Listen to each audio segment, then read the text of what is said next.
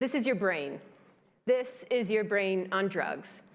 I bet you didn't expect me, an English professor, to begin a talk about the power of possibility with an anti-drug ad. I'm starting to think I should have opened with beer, but Don't worry though, this is not an anti-drug lecture. But I do want to talk about what happens to your brain on narrative. Indeed, this old ad is perhaps the quickest way that I can communicate to you that your brain does very peculiar things when it's on narrative. Your brain, when reading, listening to, watching, or telling stories, behaves in a way that makes your very life, with your interactions with those around you, and your understanding of the world in which you live, possible. But I bet you also didn't expect me to end my talk in the rather uncomfortable position of admitting to you the very real dangers of reading, especially for the future of our societies and of our planet.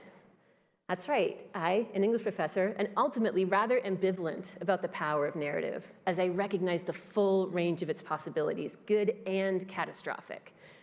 It turns out that reading, or listening, watching, telling stories, makes your brain go wild. If I put you in an fMRI machine, which no one has allowed me to do yet, but I'm working on it, and asked you to read a story about Spider-Man punching the Green Goblin, the same parts of your brain would light up as they would if you threw the punch yourself. Our ability to understand stories relies upon incredible feats of simulation. We imaginatively act out not only what characters in stories are doing, but what they're thinking and feeling and how they're moving through their world. Have you ever lost yourself in a good book? I hope you have. Or become so involved in a video game or a movie that you didn't realize that it was time to go to class? You're experiencing narrative immersion. So you are so imaginatively involved in simulating the environments and actions of the story that it's almost as if your mind has fully relocated to the story's world. So hot tip, students, next time you're late for class because you couldn't stop playing that video game, tell your prof that you were developing your expertise in narrative immersion. It's a real thing. Narrative immersion has two effects that make our very lives possible. First, it allows us to try on or simulate the emotions of the characters that we read about. Reading stories is like a form of Vulcan mind meld in that you hook yourself up to the thoughts and feelings of a character's consciousness and mirror their mind. Another way to think about it is as stories as emotional IVs. We hook ourselves up to the thoughts or feelings of the characters to escape the mundanity or the overwhelm of our own lives. This not only makes our lives more exciting or more happy or sad, etc., also allows us to improve the social contract by assuming the experiences of others. So hence that old drum that English professors like me tend to beat. Reading makes you a better person. Second, reading stories helps us understand the world that we live in.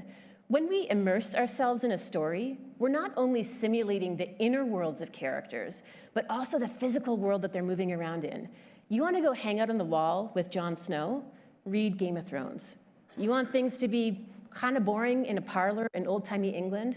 Read that big doorstop of a Victorian novel. That's an English professor joke that no one laughed at, so that's great.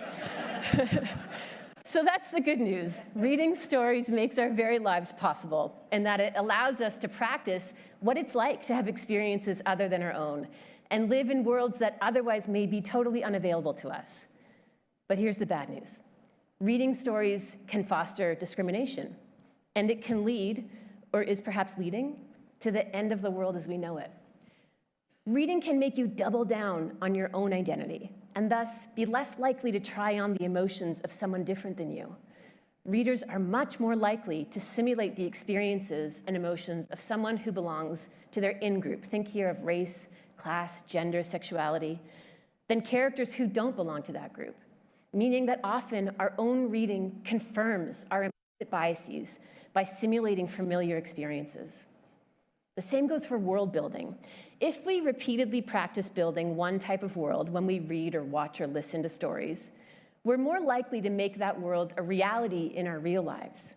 If we consistently read stories in which human drama takes center stage, such that all other organisms become merely background props, we imaginatively hang out in worlds in which humans are exceptional. Or if we often enjoy stories in which one person, or one dude, single-handedly saves the day, we develop comfort with the idea that this is how we save our own planet. We lose sight that these are story solutions for story worlds, and our own world demands much more complex collective solutions to the problems that humans are actively creating at the cost of all other life forms on Earth. So you want my advice?